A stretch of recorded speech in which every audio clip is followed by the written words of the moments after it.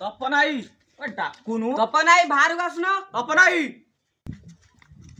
କାନା ହଁ ଭାଇ। କୁଆଡେ ଯାଉଛୁ କି?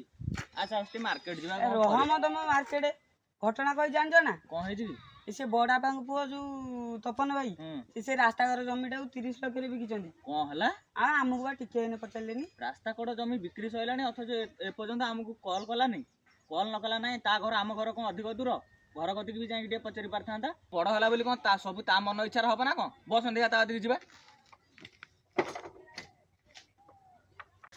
ଓଲା ଭାଇ ତମ ଟାଟିଟା ତାଙ୍କର ଦିଆଯାଇଛି। ଟାଟି ଖୋଲ ଟାଟି ଦିଆହେଇଯା। ତପନାଇ ତପନାଇ ତପନାଇ ଓ ଡାକୁନୁ ତପନାଇ ବାହାରକୁ ଆସୁନ। ତପନାଇ ଆରେ କଣ ହେଲା କି ରେ ଏତେ ଜୋରେ କାଇଁ ଚିଲଉଛ? ବର୍ତ୍ତମାନ ମୁଁ ବାହାରିଥିଲି ଏବେ ତମ ଝିଅଙ୍କ ପାଖକୁ ଯାଇଥାନ୍ତି। ଯିବା ଦରକାର ନାହିଁ। ଆମେ ଆସିକି ପହଞ୍ଚି ଗଲୁ। ଆରେ ଶୁଣ ଏଇ ବ୍ୟସ୍ତତା ଭିତରେ ମୁଁ ତମକୁ କହିବାକୁ ଟିକେ ଭୁଲି ଯାଇଛି। ଆମ ସେ ରାସ୍ତା କର ଯୋଉ ଜମିଟା ଥିଲା ସେଟା 30 ଲକ୍ଷ ଟଙ୍କାରେ ମୁଁ ବିକି ଦେଇଛି। ଆଉ ମୁଁ 10 ଲକ୍ଷ ନେଇଯାଇଛି। ତୋ ଆକାଉଣ୍ଟରୁ 10 ଲକ୍ଷ ତା ଆକାଉଣ୍ଟରୁ 10 ଲକ୍ଷ ପଠେଇ ଦେଇଛି। ହଉ ମୋ କଥା ତ ଏବେ ସଇଲା। ଆଉ ତମେ କଣ ପାଇଁ ଆସିଥିଲ ମତେ ଏବେ କୁହ।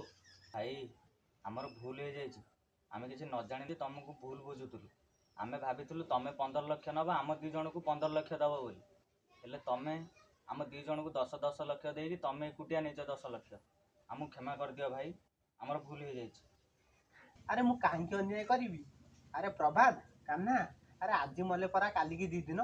ମୋ ପିଲା ଛୁଆମାନେ କେବଳ ଭଲ ରହିବେ, ତମ ପିଲା ଛୁଆମାନେ ଅସୁବିଧା ରହିବ ସେ ସବୁ ମୁଁ କେବେ ଚାହେଁନି। ଆରେ ଆମ ପିଲାମାନେ କେମିତି ସବୁ ଭଲ ରହିବେ ମୁଁ ସେଇ ବାଟ କରିଦେଇଛି। ହଁ ଭାଇ ଆମର ଭୁଲ ହେଇଯାଇଛି। ଆମକୁ କ୍ଷମା କରିଦିଅ।